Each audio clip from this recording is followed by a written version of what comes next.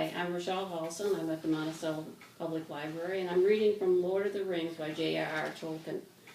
This is after Bilbo Baggins' birthday party. As for Bilbo Baggins, even while he was making his speech, he had been fingering the golden ring in his pocket, his magic ring that he had kept secret for so many years. As he stepped down, he slipped it on his finger, and as he was never seen by any hobbit inhabitant again. He walked briskly back to his hole, stood there for a moment listening with a smile to the din in the pavilion and to the sounds of the merrymaking in other parts of the field. Then he went in. He took off his party clothes, folded up and wrapped them in tissue paper, his embroidered silk waistcoat, and put it away. Then he put on quickly some old, untidy garments, fastened round his waist with a worn leather belt. On it he hung a short sword in a battered black leather scabbard. From a locked drawer, smelling of mothballs, he took out an old cloak and hood. They had been locked up as if they were very precious, but they were so patched and weather-stained that their original color could hardly be guessed. It might have been green. They were rather too large for him. He then went to his study and from a large strong box took out a bundle wrapped in old cloths and a leather-bound manuscript and also a large, bulky envelope. The book and bundle he stuffed into the top of a heavy bag that was standing there, already nearly full. Into the envelope he slipped his golden ring and its fine chain, then sealed it, addressed it to Frodo. At first he put it on the mantelpiece, but suddenly he removed it and stuck it in his pocket. At that moment the door opened, and Gandalf came quickly in. "Hello," said Bilbo. "I wondered if you would turn up." "I'm glad to find you visible," replied the wizard, sitting down in a chair.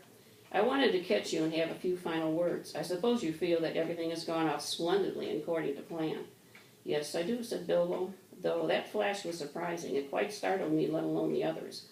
"A little addition of your own, I suppose?" "It was. You have so wisely kept that ring secret all these years, it seemed to me necessary to give your guests something else that would seem to explain your sudden vanishment and would spoil my joke." "You are an interfering old busybody," laughed Bilbo, "but I expect you know best, as usual." "I do when I know anything, but I don't feel too sure about this whole affair. It has now come to the final point. You have had your joke and alarmed or offended most of your relations, given the whole Shire something to talk about for 9 days, or 99 more likely. Are you going any further?" "Yes, I am. I feel I need a holiday, a very long holiday, as I've told you before. Probably a permanent holiday. I don't expect I shall return. In fact, I don't mean to, and I have made all the arrangements. I am old, Gandalf. I don't look it, but I'm beginning to feel it in my heart of hearts. Well preserved, indeed," he snorted. "Why, I feel all thin, sort of stretched, if you know what I mean, like butter that's been scraped over too much bread. That can't be right. I need a change or something." Gandalf looked curiously and closely at him. "No, it does not seem right," he said thoughtfully. "No, after all, I believe your plan is probably the best. Well, I've made up my mind anyway. I want to see the mountains again."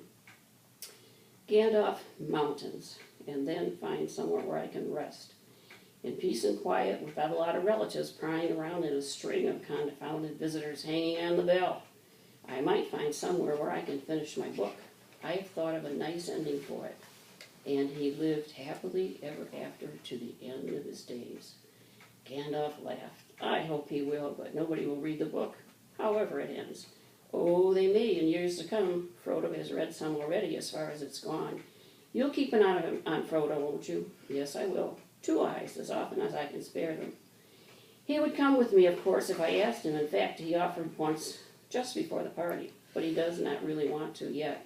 I want to see the wild country again before I die, and the mountains.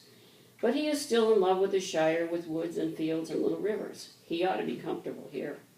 I am leaving everything to him, of course, except a few oddments. I hope he will be happy when he gets used to being on his own. It's time he was his own master now." "Everything?" said Gandalf. "The ring as well? You agreed to that, you remember." "Well, yes, I suppose," stammered Bilbo. "Where is it?" "In an envelope, if you must know," said Bilbo. "There, on the mantelpiece." "Well, no, here it is in my pocket." He hesitated. "Isn't that odd now?" he said softly to himself. "Yes, after all, why not? Why shouldn't it stay there?" Gandalf looked again very hard at Bilbo, and there was a gleam in his eyes. "I think, Bilbo," he said quietly, "I should leave it behind, don't you want to. Well, yes and no. Now it comes to it. I don't like party with it at all, I may say, and I don't really see why I should. The library will close at 8 p.m. this evening. The computers will be shut down at 7:45. Please finish up what you are currently working on. Please tell you're going. Why do you want me to? He asked, and a curious change came over his voice. It was sharp with suspicion and annoyance. You are always badgering me about my ring, but you have never bothered me about the other things that I got on my journey. No, but I had to badger you again if I wanted the truth. It was important. Magic rings are, well, magical, and they are rare and curious. I was professionally interested in your ring, you may say, and I still am. I should like to know where it is if you go wandering again, and I think you have had it quite long enough. You don't need it anymore, Bilbo, unless I am quite mistaken.